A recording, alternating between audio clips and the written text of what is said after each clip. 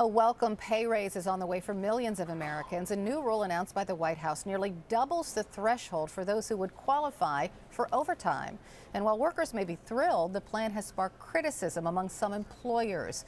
Christine Romans has more on this. Good morning. Good morning, Carol. This is part of the Obama administration's push to raise wages for working families. Now, most hourly workers already get overtime pay, so this change applies to the millions of salaried employees, especially people who have a low salary, but they do have some managerial duties. Think fast food and retail. So here's who gets a raise. About 4.2 million workers, salaried workers who make up to $46,476 a year. That's about $913 a week.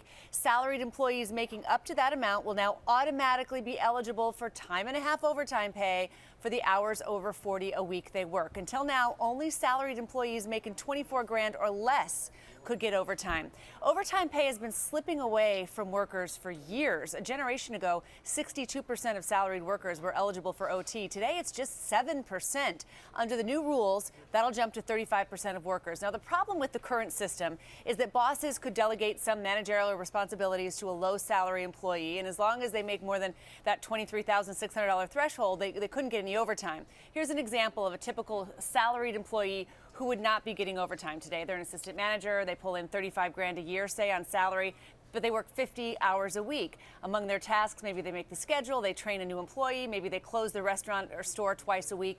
Under the new rules, this employee will now have to get overtime for every hour over 40 a week. It means a raise for some workers, maybe 4 million. It means maybe more free time for others. And the administration feels it's a fair threshold for both workers and employers, but it's not popular with the employers at all, Carol. The National Retail Federation, the Chamber of Commerce, the National Restaurant Association, all of them fought it.